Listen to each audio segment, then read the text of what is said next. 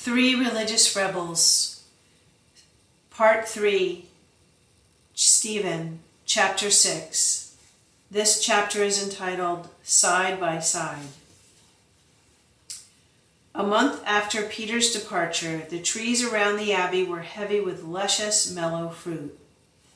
Stephen's eyes had gone dim, but he scented golden maturity in every warm wind that climbed to his window from orchards and vineyards.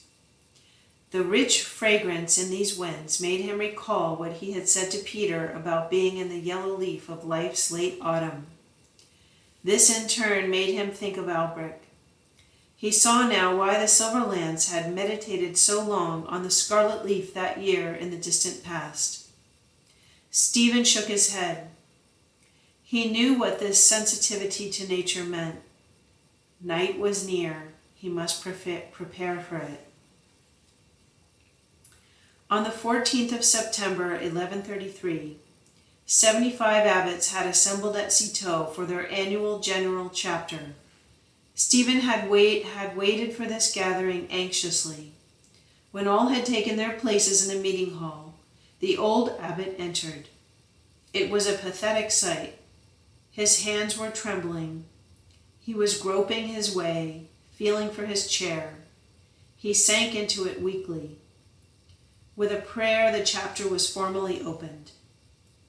When all were seated, Stephen arose and, looking at the assembly from his almost blinded eyes, he said, "My fathers, had I laid down the burden of office when still young, you might have accused me of faint-heartedness.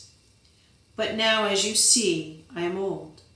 I am burdened with many infirmities. So if I beg to resign, tax me not with being presumptuous, but rather say that I am modest. As long as I was able, I put my shoulder to the wheel. I shrank not from any obligation. Thanks be to God, I saw to it that this tender plant strike deep root. Thanks be to God, the one little monastery I received has multiplied to almost 100. He stretched out his hands pleadingly. My fathers, it is not the will to serve that is wanting. No, it is the strength to do so." There was a long pause. Abbots of all ages, some nearing 80, some not yet 40, were silent. Their eyes surreptitiously traveled from the old man who stood at the head of the table to the little place card that stood before them. It seemed that they did not trust themselves to look at one another, lest they see reflected in the eyes of others the grief they felt was mirrored in their own. It was heartbreaking. The voice was pleading, and yet in it there was a note of regret. "My fathers, allow an old man," there was a noticeable lingering on that word, old. "Allow an old man to take his rest." Stephen Harding, asking for a rest? Was it possible? But no. The question faded from every eye as the old man went on. It was in a clearer tone and a more vibrant voice, with a ring of determination in it. Allow an old man to take a rest that he may provide for all his own needs. No, indeed. Stephen was not asking for a rest. He was asking for freedom to begin more intensive work. With reluctance, reverence, and regret, the abbots yielded. Tears were seen in many an eye as they voted acceptance. They knew that the request was reasonable. Age and infirmity were on him, but so too were sanctity and love. However, they yielded and proceeded to elect his successor. Then a strange thing happened. Guy, the abbot of Three Fountains, was elected. But Guy, the abbot of Three Fountains, was not a holy man. Stephen knew that. He was the only one in the chapter who did not know it.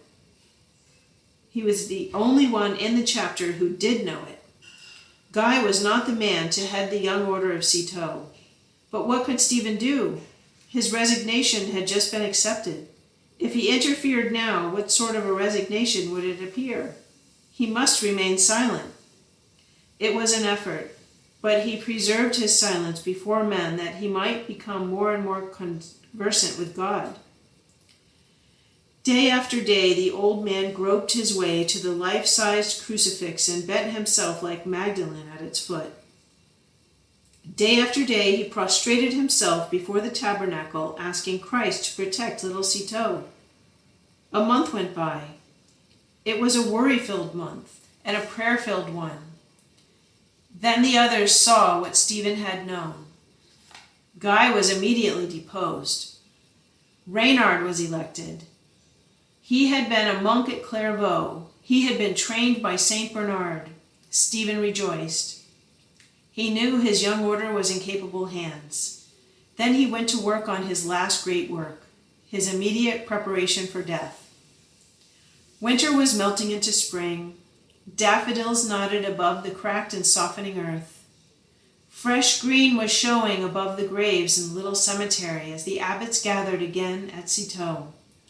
But no general chapter summoned them this time. They had come to crowd around the deathbed of their founder, to receive a blessing, to catch a last word, and to assist him if they could. Stephen was dying. The old man lingered. One would have thought that he was loath to leave without a word from his boy Bernard, but Bernard could not come.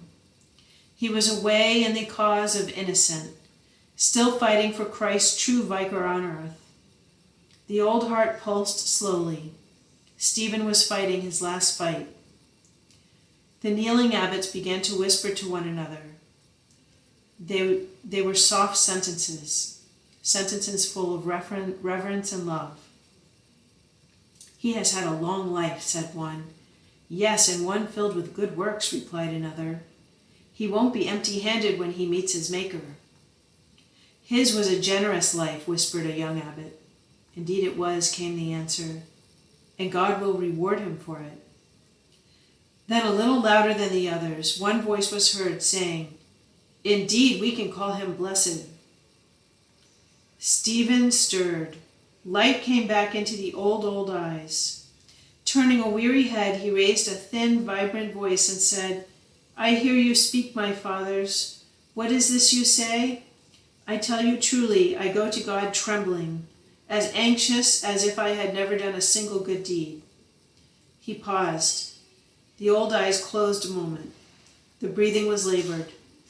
But again that thin, vibrant voice was raised. "If there has been any good in my actions, or if any good has come from my poor labors, it is all due to the grace of God." In the hush, the labored breathing of the dying man was greatly accentuated. Then came the last sentence. "I fear and tremble much that I have not fully corresponded with that grace, and that I have not received it with the proper humility." Stephen Harding's last sentence had been spoken. He had strained to get out that last word. He had lingered on it. The kneeling abbots knew that in it he had summed up his life and given the key to his sanctity.